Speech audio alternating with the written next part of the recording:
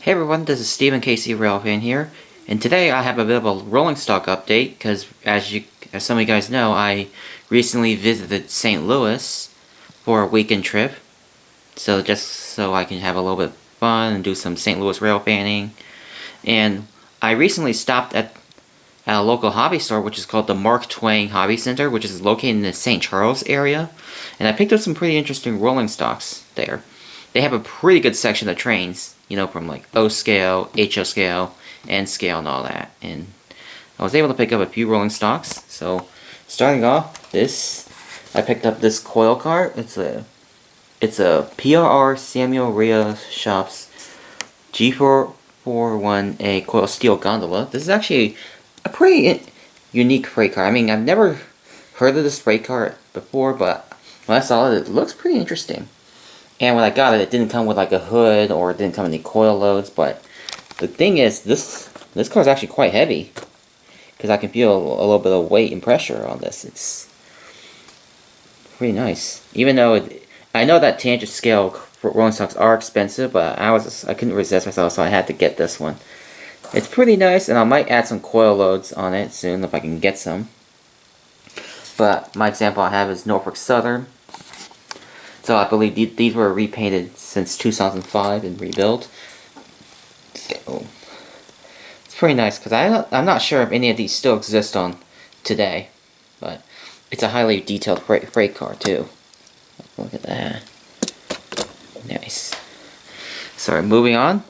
After all these years of hunting, I finally have decided to pick up an autorack. This is the Walters Proto autorack, so I have the Conrail.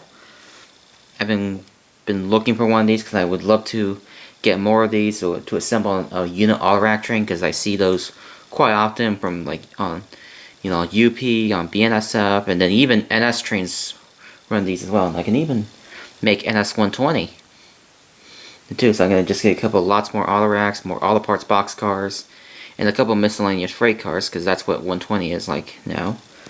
But this is actually a pretty interesting freight car, because I'm gonna try and get more of these older ones, like instead of the newer Gunderson ones. But this is actually a very cool car. So, like my example is the Conrail. It's very nice. So moving on, this one is actually a freight car. I totally forgotten that Walters actually did, because I did see this in like when they actually announced this, and then I never thought about getting one of these, but I finally decided to get one. This is the Trinity 25k gallon tank cars, and my example is the GATX. So this is like a modern tank car. This is actually because I would love to expand my fleet with more modern tank cars, like ones that you don't see like on ethanol or the crude oil trains, ones you just see on mixed freights. And this is actually pretty nice. But you can see the difference is that I don't think it doesn't have some decals missing. So I'm not sure if it came with decals, but I'll check in the box once again. So there's that. And last but not least, this is actually a freight car I've been wanting to get for a long time.